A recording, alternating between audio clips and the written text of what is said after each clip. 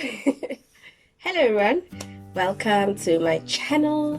I'm Buseleto and today I want to talk about what you see, how I made it onto the Mandela Washington Fellowship program. But before I get into that, please remember to subscribe to my channel if you have not yet done that.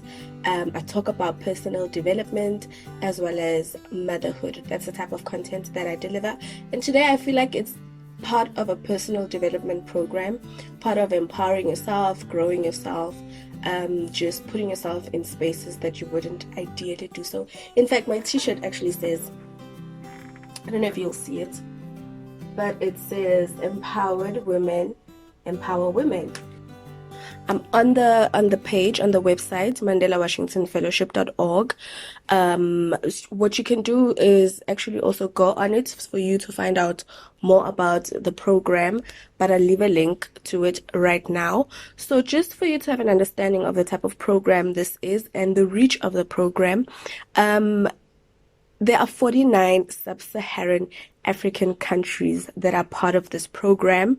So far, there's 4,400 Mandela Washington Fellowship alumni. There's been over 45 million people reached through this program.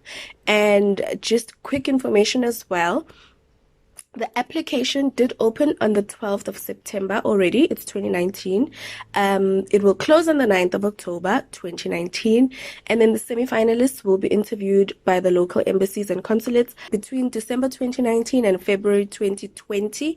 By late March 2020, applicants will be notified of their status, whether they were declined or approved, and then finalists will start their visa processing by May 2020, and by mid-June 2020, you will be heading off, going to the United States of America to participate in this amazing program. So, I'm going to put my phone down now and tell you how I got to be a part of the program.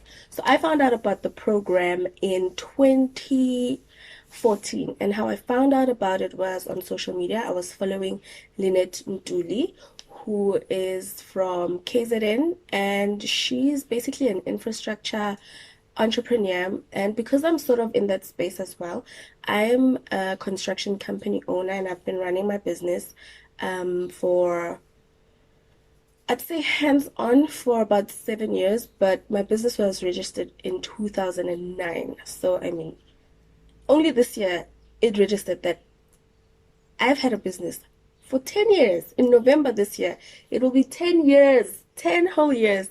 But I could say I've been properly in the construction industry for 7 years. Prior to that, I was still learning. I was in varsity, just doing a little bit here, learning from other people, but not really hands-on. But 10 years of my mind being in the construction industry and 7 years of hard work. In 2014, like I said, I saw Lynette Ntuli on Facebook and Instagram, and I saw that she was on this program, and I was like, what is this program? And I decided to find out more about the program, and I thought, oh, okay, no. This is intimidating. I don't think I'd be part of this, but it's pretty amazing.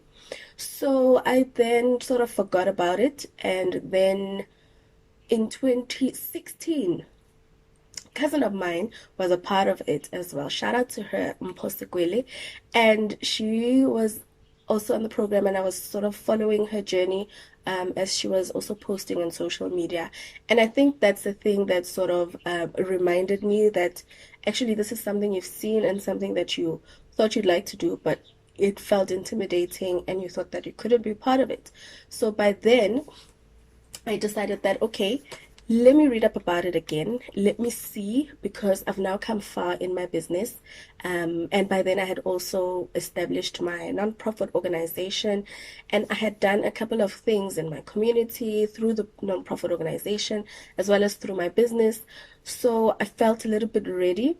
And I thought, you know what, I'm going to try it for this. But also because, and I think it's part of the reason why I'm doing this video, for some of the people who may sort of know me, when you see somebody close to you achieving great things, I think the success also feels closer to you. For me, that's how I feel. It feels achievable for me as well.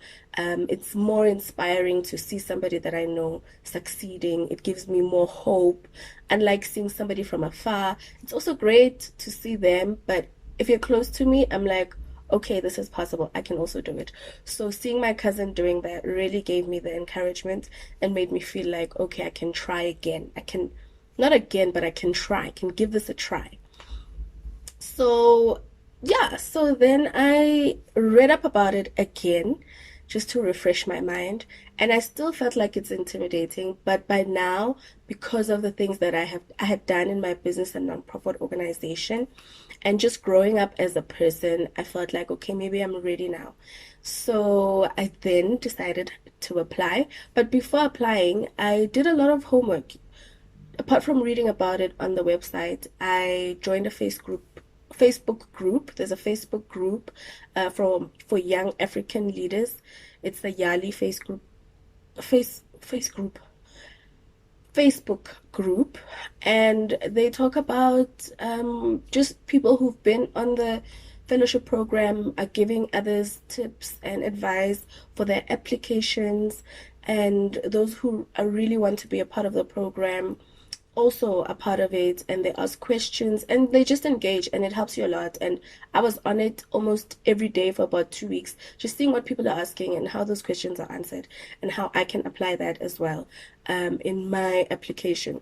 I also attended, there was a sort of like an um information what is it called, information event. There was an event held at the University of Johannesburg with past fellows that were sharing information about their journey, how they applied, how they got to be on the program, etc. And also tips, and if you had any questions, finding out more. And by the time I went there, I had already been through the application, seen the questions, and starting to think about how I could answer those questions. So, being there really helped me as well. So then, fine, fast forward, I then apply, and let me tell you, typical me, I literally sent my application the night before. I was doing it slowly, day by day, doing maybe one or two, three questions, going back, editing this, redoing that, asking for reference letters from some people that have mentored me, and it took me a while, but the night before I finally sent it, and honestly, I feel like I would have sent it even 10 minutes before the closing the closing time. But unfortunately, the next day I had class, so I couldn't leave it out till the last minute. So I made sure that the night before I submitted. It was literally midnight in the AMs. Fine. And then, so when was it? So when I submitted it, it was in 2016, if I'm not mistaken. Uh, yeah, it was in 2016. And then by the time I went for the interview, because the process takes long, because there's a lot of applications, over 30,000, thousands of applications. So I then got the letter for the interview in 2017, if I'm not mistaken. I hope I'm not making a mistake. So by 2017, I went for the interview. I'm lying. It was 2017. And then in 2017, I sent the application. Ooh. In 2016, I sent the application. In 2017, the interview started. Wait, I need to get this right.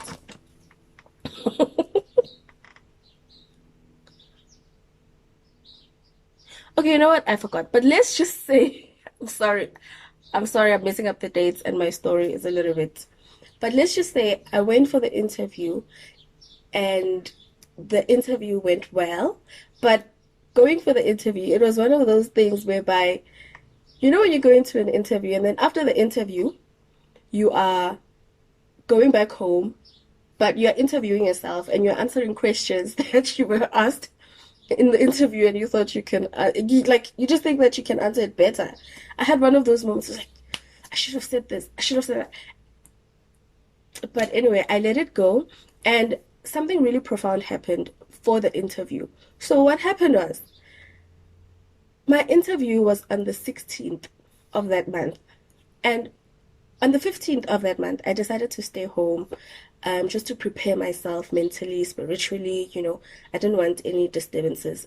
So I decided to stay home all day just to calm down so that I'm ready for the next day. But on that day, while I was actually going through questions and like the FAQ on the website again and preparing myself, I get a call and the lady says, "Hi, Puseletso, what time will you be arriving for your interview?" And I'm like, "Oh, I'm arriving at 10 a.m. Thank you for checking up." And she's like, "But it's 2 now. We've been waiting for you." And I said, "No, my interview is tomorrow." And she said, "No, your interview was today. You're not here. So we're wondering, are you okay? Did you have an accident?" I said, "No, I'm okay." And I said, "My interview is on the 16th at 10 a.m." And she said, "No, please check your emails. Your interview is today. I'll call you back in a few minutes. Check your emails." And I said, "No, no need for you to hang up." Put her on loudspeaker, and I'm literally going quickly on my emails, checking. And when I go on my emails, I don't know how I made that mistake. Lo and behold, the interview was on the 15th. It was on the 15th. I was supposed to be there at 10 a.m. and here I was in the house, just chilled. I said, "Okay, what do I do now? I'm so sorry. I'm sorry I made this mistake." And she said, "Well, can you be here in an hour?" And I said, "Yes." I immediately said, "Yes, I'll be there." So I quickly took a bath and I made my way to Sandton for the interview. And along the whole way, you know what, I was worried because already I've started off on an unprofessional way, but at the same time I was thanking God for the opportunity that they actually called me and they're asking me to come back. And I was just like thanking God and I was so happy. I went there, and when I arrived, this lady, she then, the one who called me, she asked, "Are you upset?" I'm like, "Yes, it's me. I'm so sorry." You know, that whole vibe when you're late for something and you basically don't know what to say. You don't want to apologize because it seems like you just don't know. But I'm apologizing. And she says, "No, don't worry." And then we sort of get relaxed. We're sitting on the couch while we're waiting for the person who was being interviewed so that I can go once they're done. And she says to me, "What did you write in your application?" And I said, "What do you mean, what did I write?" "I wrote about my personal experiences, my business, my nonprofit organization, the things that they ask." And she said, "No, because there was something weird. In all of the years that I've worked here, I have never heard the interviewing panel talk about someone so much." And I said, "Oh, what were they saying?" So obviously I'm curious. And she says, "No, they've just been anticipating seeing you. They've just been, Puseletso, who is Puseletso? We can't wait for Puseletso." And she says, "They're the ones who even pestered me to call you. We don't usually do this, but they were pestering me. Call Puseletso. Puseletso is not here. The interviews end at 4, and where is Puseletso?" And I said, "Oh wow, that must be." And she said they've been talking about you since yesterday. They've been looking forward to today so that they can meet you. And then, and I thought, "Oh, okay, well, I don't know, but it that's flattering, I mean, it feels good." So then she started talking to me about God and the Bible, and I mean, it became something else. And she told me to hold on to God, to trust God. And she said, "I can definitely tell that God is on your side. And whether or not you make it onto this program, maybe you were just here for this message." And she gave me some personal messages just about God and my life. And I thought, okay, wow, okay, that was spooky. But somehow it put me at peace. And by the time I went in for my interview, I wasn't as panicky and apologetic and just all over the place as I was before and nervous. I was at peace, and I I sort of enjoyed the interview in some kind of way.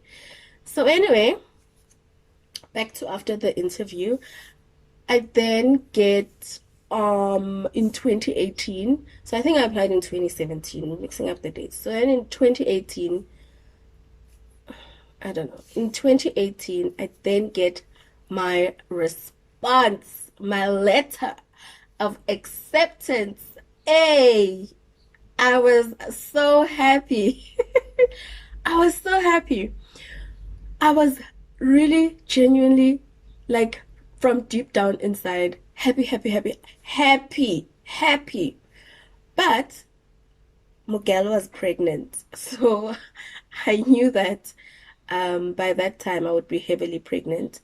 In fact, I gave birth while the program was running. So unfortunately, I had to write back to them and tell them that I won't be able to participate.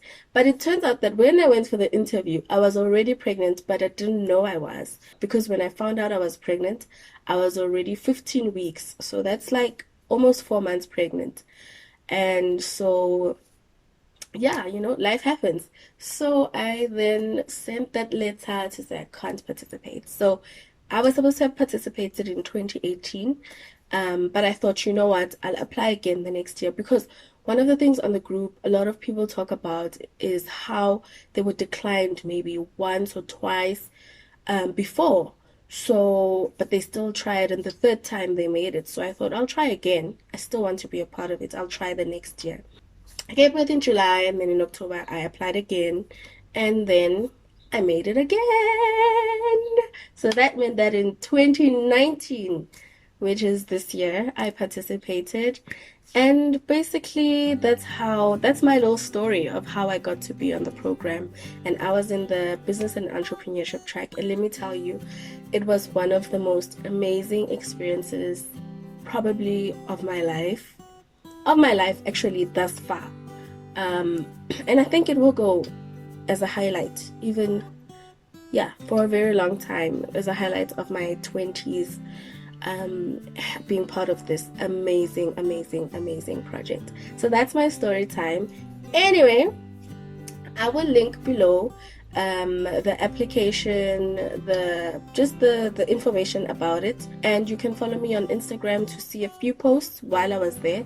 So if you go back to about mid or late June and July, you'll see some of my posts and experience while I was there. I think I also have a highlight. Yeah, I do. I also have a highlight in my stories, although I didn't do much because I was in it, but I also have a video that shows you some of the fun experiences that we shared and the people I was with. You'll see the video. I think it's about 2 videos away, not very far. Yeah.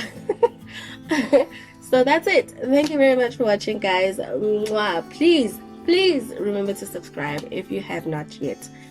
Bye.